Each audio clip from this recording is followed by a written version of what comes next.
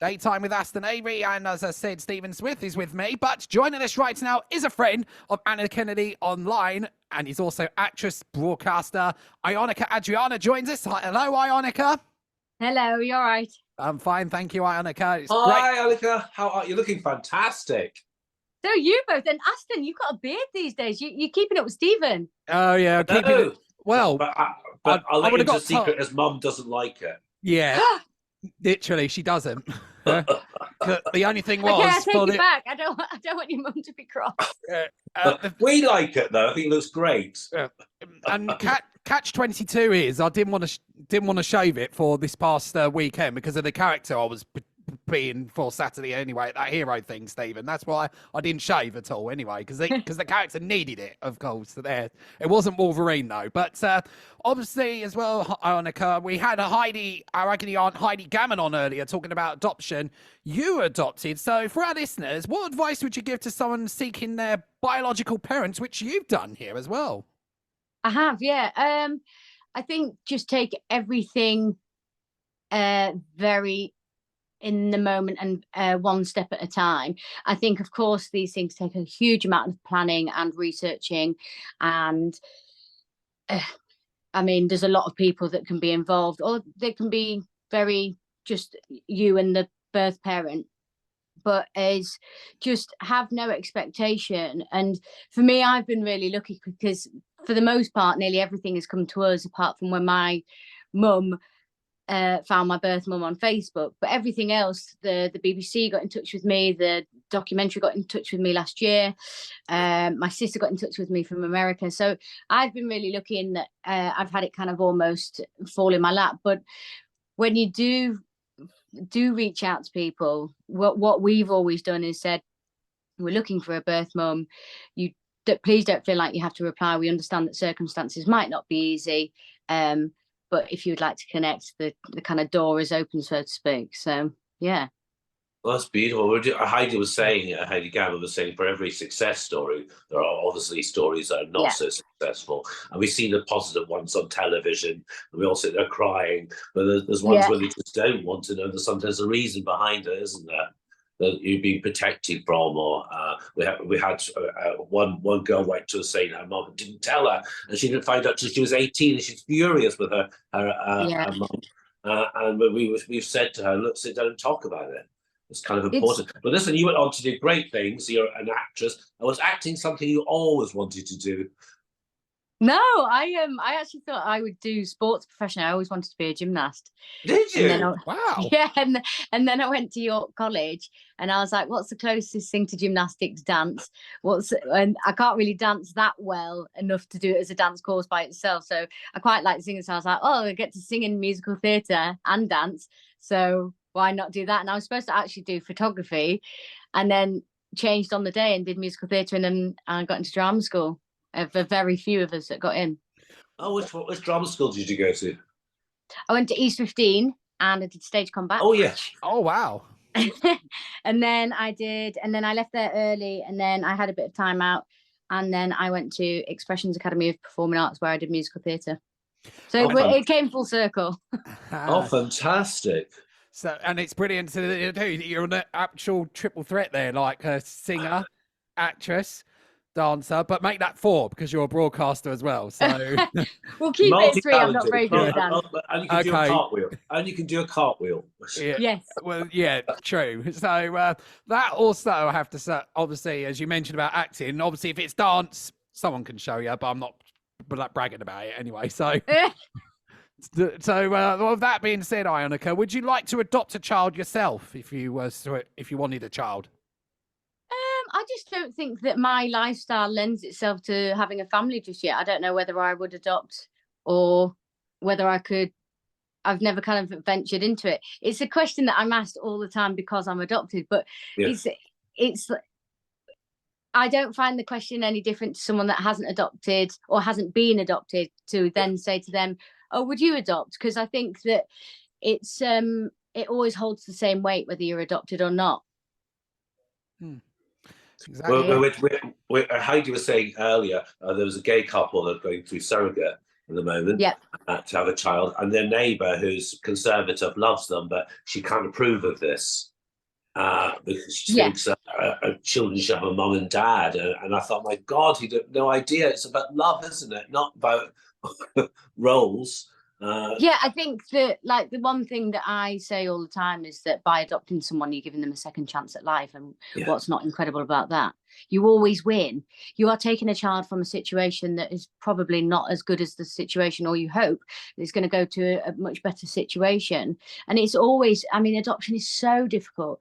So the people that do adopt, it's an absolute battle for something, and they work so hard at it that even more so that there's even more love poured into it, because like my adoption, I think, took 13 months in a different country. Like, I was born in Romania and I was in an orphanage.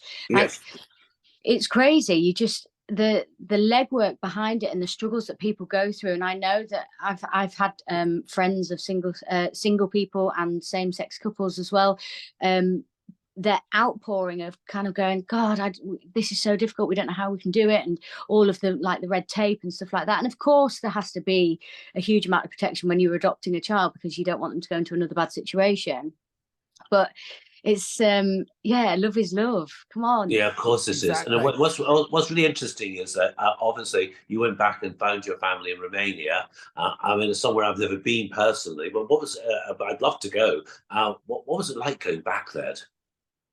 Well, so my birth mum actually moved to Sicily, so I didn't meet her in Romania, but I went to the orphanage in Romania, and I've done a film there years and years ago, and it is just the most beautiful country, and everybody, even if they don't have a lot, will give you everything. So, like, when we went into people's houses, there's a real habit of them kind of like giving you all of the food that they have. They're so generous, and they will always get you to try their local drink or whatever it is that they're. I mean, they just couldn't be more hospitable, and yeah, just lovely. I mean, going to the orphanage, I mean, how did that make you feel? Well, I'd obviously seen a lot of photos growing up. We've been very lucky to have all the paperwork and stuff like that. So it was kind of, but sometimes what felt like a bit of a forced memory, that you kind of do remember stuff, but you don't really. And I very much take everything in my stride and just kind of take it in the moment. So I didn't know what I was going to expect when I was walking up, but we actually walked from Cluj, the town centre, to the orphanage itself. So there was a bit of a walk. So I also didn't know quite how long the walk would be. So I didn't know when I would, inverted commas, see it for the first time. And we walked around this corner, and there it was. And I never get sad about adoption. I don't feel emotion about it in an upset way at all. I think it's moving and I think it's beautiful, but I've never cried about it in a sad way, because it's always been a celebration for us. But as soon as I saw that orphanage, it was the weirdest thing. It was like a rush of emotion. Just going, oh my God, this is it. This is the photo that I have seen all of the years growing up. So I don't know. It wasn't sad. It wasn't happy. It was just kind of like, oh, we're here. Oh, that's amazing. Will you be going back again to the orphanage at any point, do you think? Yeah, I would love to do some more stuff in terms of, because that was radio. I would love to go back and do other work there, whether, I don't know how it allows it, because I think it's a government building, so you have to have a lot of permission and stuff like that. You can't just go in, because also there's kids still in there, not at all in the same capacity, because they weren't in the building that I was in. So it's not just like let's go and have a visit day. It's And you obviously, everyone has to have a hero, of course, there, Ionica, as well. So can you tell us about your heroes in your life here, and who are they? Gosh. Okay, so if we're going to go kind of in the adoption kind of stuff, is every single person that was willing for it to go well. So my godmother, that I didn't know, she visited me every single week in the orphanage to check that I wasn't taken. And I didn't know that until I'd done the documentary. She stayed in touch with us even now, and she rings us always on my birthday and Christmas without fail. Obviously, my mum and dad, because I wouldn't be here. And to my birth mum for making the decision that she did, because we can't help the lives that we're born into. And that she did the best possible thing that you could ever imagine. And I just cannot imagine that decision having to be made, and also being in a communist regime, because It's Of course. every single person's adoption, even if they're on paper similar, no one's story is the same. And I've just had a documentary come out. Andrea created this documentary called Adoptive Perspectives, about how we seem to have a similar adoption, but there's a few differences that change your whole experience and your whole perception of how you feel about the people and your journey and the story and adoption as a whole. Yeah, they had the premiere in London last week, didn't they? Yeah, it was really good. I wasn't well enough to come. And there's Samantha Lee Howe, who was on the show earlier. She went. I think Julia Champion went. A lot of people. They said it was incredible. So, and you were a guest speaker as well, weren't you? Yeah, yeah. I think my Yorkshire humour doesn't always come across. So yeah, sometimes it can be lost in translation. Listen, one of the things you're really well known for is being in panto. Yes. Which I think everyone knows about, but I know that you're incredible in that, apparently. What's your favourite pantos you've been in? I actually really loved being Caraboss in Sleeping Beauty, because the makeup was really cool. And obviously you have free reign to do your own makeup, so you kind of learn that as a skill set as well. But I'd actually never seen a panto before I was in one, so I really learned on the job. I was really obviously very green, and the skill and the art, the craft of panto is something else. And if anyone's ever been to the Panto Awards or hasn't been to the Panto Awards, go, because people just celebrate it as an art form itself, and the hard work behind it. It's not an easy job to do. You know, it's really interesting you mentioned that, because I've always, people think you can just pop into a panto, but the skills that go behind it and training, that the dames, for example, I didn't know no dame could appear in the same outfit twice. So, it actually is true. It is true. And the skills. So that's why there was also a little bit of a, people say the crankies, they just do panto, but they're incredible in panto. As a also, it's a really difficult role. Biggins and people that they're so skilled. So when someone pops out of a reality show and nips into a panto and thinks it's a skill, isn't it?